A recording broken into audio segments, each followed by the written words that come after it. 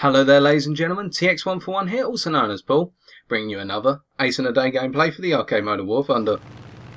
In today's instalment I shall be reviewing the F4U-1d Corsair, also known as the Corsair Mark IV. To give you a small historical overview on this iteration of the Corsair, as I've already provided a historical overview of the Corsair, as you may see in the top right corner of your screen, as displayed now, the F4U-1d Corsair was the fourth mainstream production variant of the Corsair. Developed in 1943 in parallel with the F4U-1c, this iteration was to see the Corsair transition from a pure fighter to a fighter bomber. The idea was to take the upgrades featured on the F4U-1a, the Corsair Mark II, and standardise them, but moreover make this plane suitable for the ground attack role as well as engaging enemy fighters. The 650 caliber machine guns were retained for their ammo count, however additional pylons were mounted to allow for the equipping of extra fuel tanks, bombs, or additional rockets. Ergo, this was a slight shift in the way the Corsair was used in the course of the war in the Pacific. Moreover, the Pratt & Whitney Double Wasp R2800 8W engine featuring a 250 horsepower water injection was standardised to this aircraft, having recently been introduced into the F4U-1a in the later production variants. Moreover, a single blow-and-piece style canopy was introduced to the F4U-1d and standardised to all later Corsair variants. The introduction of the F4U-1d on the front line occurred in April 1944, and this was the variant which was standardised into service with the United States Naval Air Force. The hesitation of pilots to use the Corsair as a carrier-based aircraft to this date was the reason for why the plane was introduced at such a late time, despite the fact that the Royal Naval Air Force had been using Corsairs as part of their inventory up to 6 months prior. With that all being said, how exactly does the F4U-1d Corsair handle in War Thunder? Well, from the outset, it's essentially an F4U-1a with standardisation of upgrades, and indeed very similar performance characteristics. It feels a little bit more powerful in the engine, and perhaps this is to represent the standardisation of the water injection, i.e. the Pratt & Whitney Double Wasp 8W variant of the R2800 engine. However, minus that, the plane's very similar. It manoeuvres well at high speed, climbs well, and dives very well, and has very good durability, as you're going to see over the course of this gameplay. We brake to engage a Yak-90, dodging their incoming fire as they brake round, and although they are the more manoeuvrable plane, we're able to gradually get behind them, especially with a friendly P-47D Thunderbolt acting as a distraction for the Yak-90 to pursue. I make a mistake here of going into a vertical wing over, which cost me some time, and unfortunately, in combination with my poor aim, as you're going to see in a minute, costs our friendly P-47D Thunderbolt their life, despite the fact that we're gaining ground on the Yak-90 now, and really they're trying to focus down on the Thunderbolt.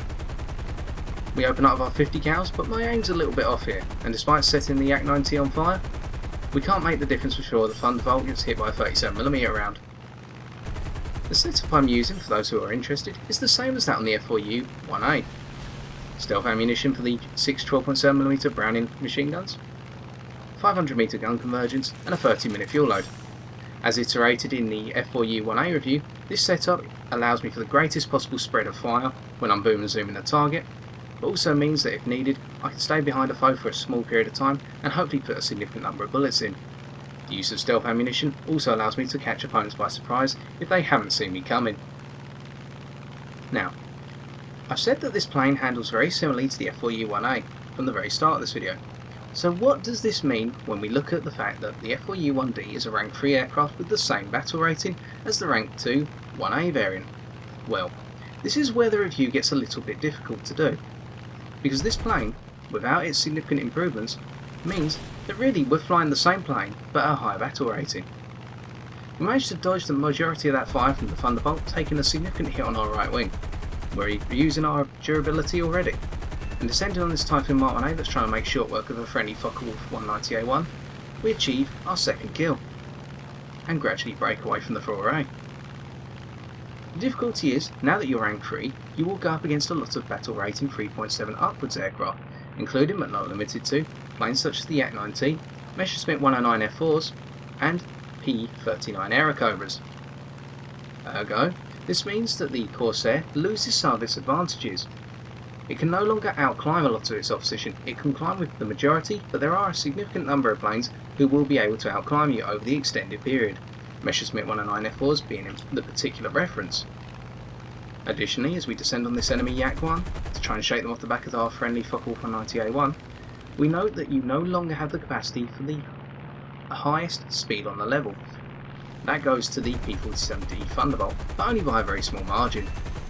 Achieving a critical on that Yak 1B, I decided to break off because we've got 3 friendlies trying to kill that Yak 1, and I know that I'll probably get hit by some friendly fire or I'll hit someone in the foray, which I really want to avoid. The gameplay you see here, as I achieve an assist, is an Airfield domination match on the map Kursk, and this is probably one of the hardest gameplays I've ever had, as you're going to see. So, picking up a little bit of speed, I notice an enemy bow fighter coming over towards our B-25.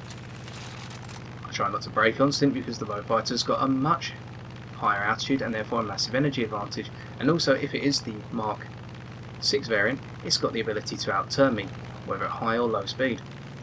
Instead I just decide to gain a little bit more altitude and pick up my energy, simply because I know that in order to have success with the Corsair, you're going to need to have a lot of energy behind you because that provides you with manoeuvrability. Engaging a small Immelman at this point, I notice an enemy P39Q Airacobra coming directly for me, and so I go with the standard procedure of engaging in a head-on, opening fire at 1.5 kilometers and getting a couple of very small glancing hits. Whilst dodging their fire, I notice there are a number of enemy planes coming over that airfield in addition to the Airacobra, and so I implement my ability to dive very quickly.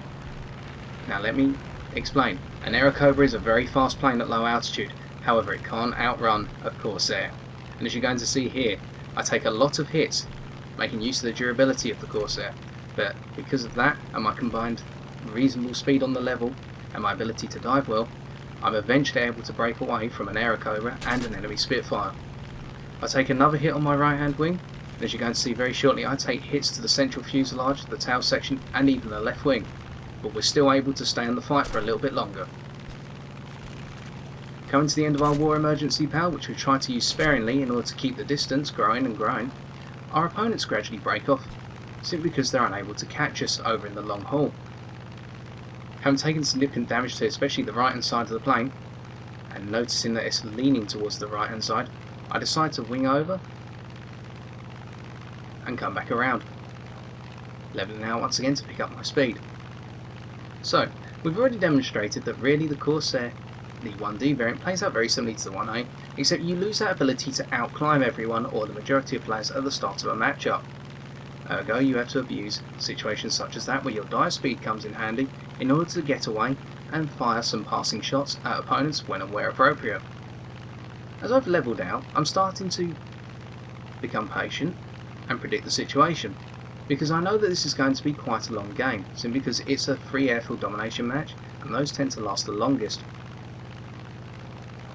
And I try to bide my time here simply because I know that once I make a decision to make a pass on someone, I've got to run through the entire battlefield. I can't just simply fire at someone and try and turn and finish them off on the fringe of the map, because most opponents will outturn me if I fall below 400 km an hour. And speaking of manoeuvrability, your manoeuvrability range forms up at 400 km an hour or more, with your roll rate once again locking at 600 km an hour or more, but not to a significant effect, only to the point where you start to have a little bit less manoeuvrability and some more difficulty on engaging target. I break up into a heavy climb in order to avoid this bow fighter, at which point as they go into a stall, I form a hammerhead and come around to achieve a nice clean kill as they descend towards the ground. This forms the basis for yet another kill. And with 3 kills in the bag, we've managed to achieve quite a nice situation. With an enemy Wellington coming around trying to act as a gunship, I decided to, instead of continue to engage them, which would cost me my speed, just break away, especially with an enemy Airacobra trying to engage a friendly Airacobra, and it was worth trying to help my teammate rather than engage that Wellington. Again, we've got ample speed at this point, although these two seem to gradually dip towards the furball in the centre of the map, and so instead I go for a little bit of a sacrifice of speed for climb, therefore gaining an altitude advantage and hopefully some more potential energy. Excuse me. So at this point I break around once again in order to try and get a shot on this P39N.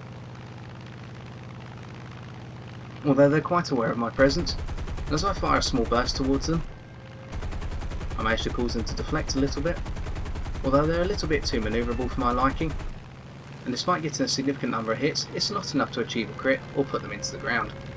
So once again I break away, right through the centre of the map, at a speed of 550 km/h plus, again taking a brief hit from that enemy Aircobra. I see an enemy Spitfire up ahead, and I make sure to hit them appropriately, achieving a nice critical but unfortunately no pilot knockout, which I was really hoping for with that head-on pass. Ergo, I carry on moving away, simply because I know that some enemy fighters may try to pursue me, and I really do not want to sacrifice all that energy I've been able to conserve. Looking back, I'm waiting for the situation to develop into a stage where my opponents have lost concentration, on my plane in particular, so I can earmark them and begin to plot my next move. Once again, you will have noticed probably at the course of this game how we have not exactly inherited the higher altitude position, but we're gradually moving towards higher altitudes by the fact that the gameplay is descending towards the lower altitudes as the time has developed. Therefore, one could say we are gradually inheriting an energy advantage, although it's one that's come at a great cost to both our plane and indeed the overall game strategy. When a number of enemy planes descend on the airfield and an enemy Messerschmitt 109 up very high, I decide to once again go into a dive, because I know I can't engage a 109 up at higher altitudes because they will rip me to pieces.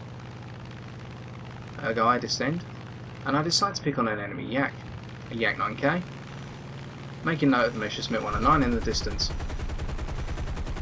I achieve a brief succession of hits, but nothing important, as I decide to break up and around in order to get away from the enemy furball, and indeed try and go after that 109, who shortly gets killed by our friendly Beaufighter. So nothing was achieved there, and this game's starting to wear on me a little bit, simply because I've had a lot of passes so far, and I haven't had much success. In order to be successful at the F4U-1d, you really do need to have that try again attitude.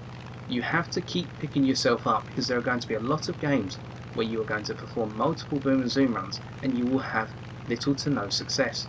However, for the pilot who's patient and keeps trying, the rewards are worth it, as this game is going to show, simply because in the end I become one of the last fighters that nobody's ever thought about going for, because I've always been in the background, I've never been in the centre of the map, and this is really where the Corsair, the 1D variant, shines at rank 3. It's the plane that nobody expects to be in the battle, it's always on the fringe. And so speaking of coming off the fringe, I decide to descend on an enemy PE3 that's going to capture one of our friendly airfields. Of course, this is objective minded, and it should be quite a simple kill, simply because the PE3 is on the ground and they're not going to provide much resistance. Opening fire at long range, I overshoot a little bit, but adjust my aim accordingly, killing their pilot and achieving my 4th kill. A nice clean one, but one that matters in terms of the game. We unfortunately could not prevent the enemy PE3 from capturing the airfield, but still, our intentions were clear. Again running away, I noticed an enemy Spitfire chasing the friendly Messerschmitt 109, and they've broken off. It's at this point that I decide to go for them, simply because I know the risks are worth the rewards, especially with that Spitfire trying to run back into the furball, because they know I've got the energy advantage on them. We catch them very quickly before they can make it back, and opening fire at long range we achieve a nice succession of hits, causing them to bank ground. Fortunately for us, this Spitfire Mark II is going down. We achieve a critical in their elevator, and their Yak 9K breaks around in front of us to try and engage a Hurricane, allowing us to achieve our 6th kill. So there, we came in from the fringe and we achieved a double strike by simply taking advantage of a situation where our opponents did not expect a highly energetic Corsair to be there. At which point the game now starts to enter adolescence and come to its close, simply because our teams captured all the airfields. I noticed an enemy Heinkel 111 and a Yak 1 engage in a friendly bomber, a B-25, and I'm starting to hesitate here because I know I've got my ace, and do I really want to try and sacrifice my plane in the closing stages? I begin to make my way over. However, as you're going to see, the game comes to its end just before I can get over there to try and open fire. Ergo making this a 6-kill gameplay. Applying a little bit of wet, I really wanted to get into that situation, but unfortunately it was not to be. With that being said, let's review some post-game stats after a very long and quite difficult game.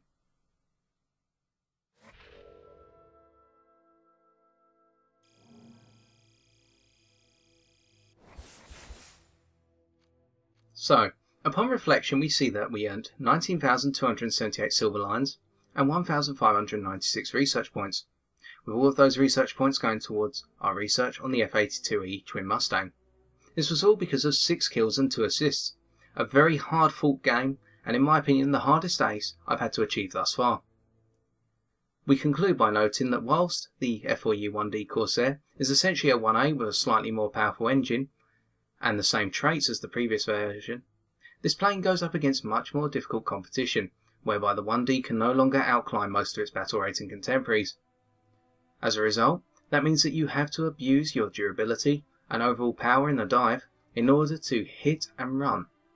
If your opponent gets behind you, don't be afraid to try and break for it, because as you saw in this gameplay, I was able to escape not 1 but 2 enemy fighters by maximising my speed and my durability to their full extent.